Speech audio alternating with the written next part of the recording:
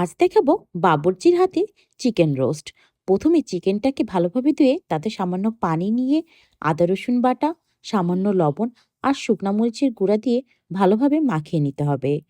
রেস্টে রাখতে হবে 1 ঘন্টার জন্য। তারপর একটি কড়াই গরম করে তাতে চিকেনগুলা 10 মিনিটের মতো লো ফ্লেমে ভেজে নিতে হবে। গোল্ডেন ব্রাউন কালার আসা পর্যন্ত ভেজে নিতে হবে।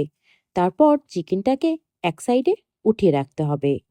এখানে ৪৫ পিস চিকেন রোস্টের জন্য মশলা ব্যবহার করা হয়েছে। যেহেতু বাবুর্চিরা আদা রসুন হামানদিস্তায় বেটে নিয়েছিল, তাই আদা রসুনের খোসাটা উঠিয়ে নিচ্ছিল। তারপর একটি পাত্রে আদা রসুন বাটা, জিরা বাটা, স্বাদমতো লবণ আর দিয়ে দিয়েছিল শুকনা মরিচের গুঁড়া। অ্যাড করা হয়েছিল আস্ত কাঁচামরিচ ১৫টা মতো। তারপর দিয়ে দেওয়া হয়েছিল কাজু বাদাম। কাজু বাদাম এখানে ব্লিন্ডারের সাহায্যে গুঁড়া করে নিয়েছিল। তারপর দিয়ে দিয়েছিল আলু বোখারা আর দিয়ে দিয়েছিল টক দই। এখানে ১.৫ কেজি মতো টক দই ব্যবহার করা হয়েছে। তারপর দিয়ে দিয়েছিল তেজপাতা, ২৫০ গ্রামের মতো পেঁয়াজ বেরেস্তা দিয়ে দেওয়া হয়েছিল। তারপর চিকেনটা ভেজে নেওয়া হয়েছিল যে তেলে, সেখান থেকে কিছু তেল দিয়ে দেওয়া হয়েছিল।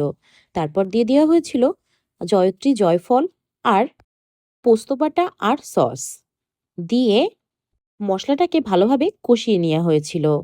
যতক্ষণ পর্যন্ত পানি থাকবে, তেল না উঠে আসবে, ততক্ষণ পর্যন্ত চিকেন দেওয়া যাবে না।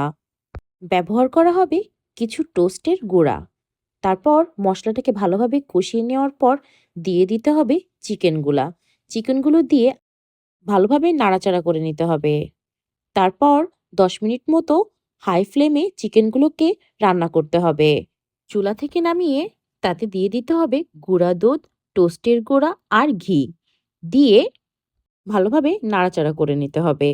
চুলা থাকা অবস্থায় যদি দেওয়া হতো তাহলে মশলাটা লেগে যাওয়ার চান্স থাকতো।